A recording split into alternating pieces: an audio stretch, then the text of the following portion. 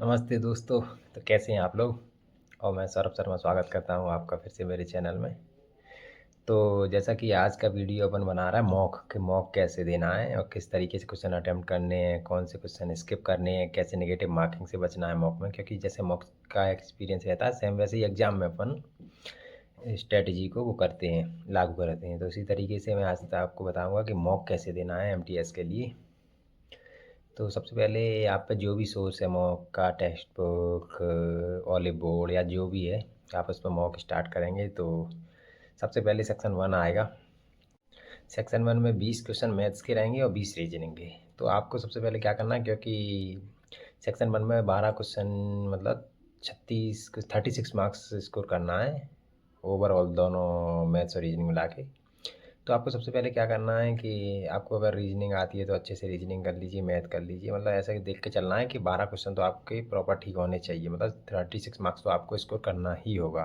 Section 1 में आपको 12 question सही करने हैं। तो इस तरीके से आप वही क्वेश्चन करें जो आपको आ रहे हैं, और बाकी आप ट्राई कर सकते हैं तो और भी क्वेश्चन जो आपसे बना सकते हैं।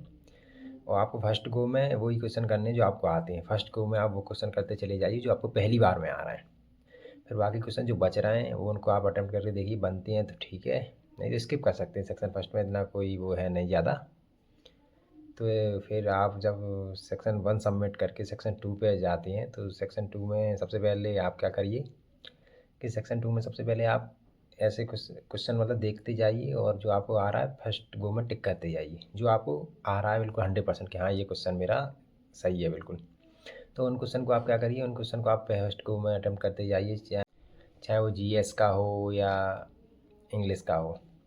फिर उसके बाद जब आप जितने भी क्वेश्चन कर पाएँ, 50 में से 20 कर पाएँ, 30 कर पाएँ, उसके बाद जब आप लौट के जो आपसे क्वेश्चन नहीं बने उन पे आइए, और फिर आप देखिए ऑप्शन एलिमिनेटिंग मेथड, जैसे कि आपको पता है कि ये ऑप्शन नहीं हो सकते, कैसे भी ये हो सकता है, उस पे आप जा सकते हैं बिल्कुल। कुछ क्वेश्चन आपको होंगे जो आपको डायलेमा में रखते होंगे, 2 ऑप्शन आपको लगते होंगे ये ठीक है या ये ठीक है। तो ऐसे क्वेश्चनों पे आप रिस्क ले सकते हैं बिल्कुल। मॉक में ऐसी कोई बात नहीं है, क्योंकि वो मॉक भी है, तो आप ऐसे क्वेश्चनों पे रिस्क ले सकते हैं और ज़्यादातर बेनिफिट ही होता है। क्योंकि एक क्वेश्चन अगर आप सही भी करते हैं तो आपको 3 मार्क्स मिलते हैं, और अगर आप एक क्वेश्चन गलत भी कर देंगे तो एक कट जाएगा, कोई बात नहीं। अगर एक कट भी रहा है तो, और मॉक में तो मुझे लगता है कि चांस लेना भी चाहिए।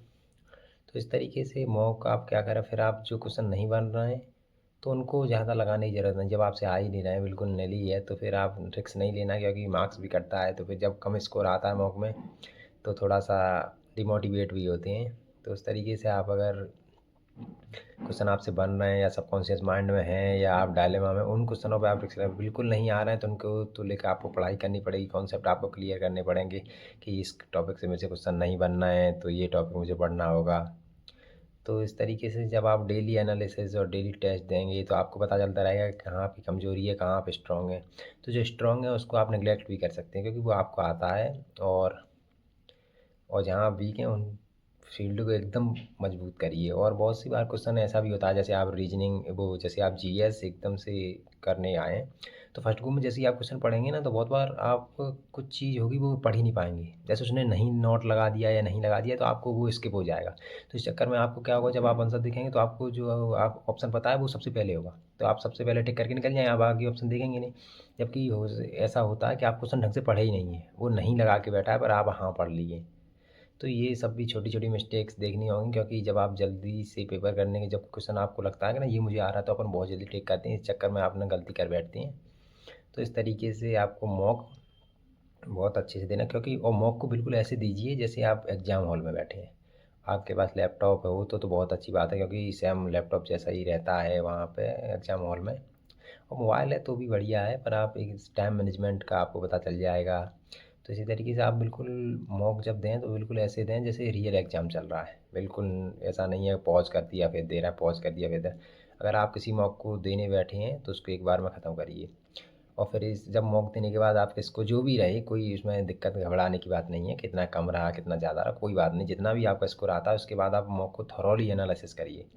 मतलब जो क्वेश्चन आपसे गलत हुए हैं उनको लिखिए कॉपी में, उनको लिखेंगे, और जो आपसे सही हुए हैं पर आपने तुक्का मारा उनको भी लिखिए, क्योंकि वो क्वेश्चन आपको आता नहीं है। और जो आते हैं वो तो छोड़ ही दीजिए। तो फिर उनको जो आपको नहीं आते, आपने तुक्का मार के सही किए, उनको बिल्कुल अच्छे से पढ़िए एकदम। उनका टॉपिक पढ़िए, टेक्स्ट बुक भी सॉल्यूशन देता है उन्हें पढ़िए, उस टॉपिक से रिलेटेड जो आपके पास नोट्स हैं उनमें पढ़िए। तो इस तरीके से जब आप और अब आप लोगों से मेरी एक बात और, आप डेली मॉक दीजिए, चाहे वो सेक्शनल हो चाहे वो फुल मॉक हो, आप डेली मॉक देते रहिए, डेली एनालिसिस करिए, आपका स्कोर दिन ब दिन इम्प्रूव होता जाएगा। क्योंकि अब ज़्यादा समय रहा नहीं है, 1 महीना रह गया है, तो आप मॉक भी देते रहिए, अपनी पढ़ाई भी करते रहिए। तो आपको खुद ही आइडिया भी लग जाएगा 10-15 दिन में कि जब आप मॉक डेली देते रहेंगे तो आपका स्कोर बूस्ट कर जाएगा। तो इस तरीके से ये मॉक की स्ट्रेटजी थी। बाकी आप लोग बताना कि आगे वीडियो किसका लाना है, मैं उस तरीके से फिर प्रिपेयर करूँगा और देखूँगा कि कैसे क्या करना है। और अपने भाई को सपोर्ट करिए, चैनल को सब्सक्राइब करिए। Thank you.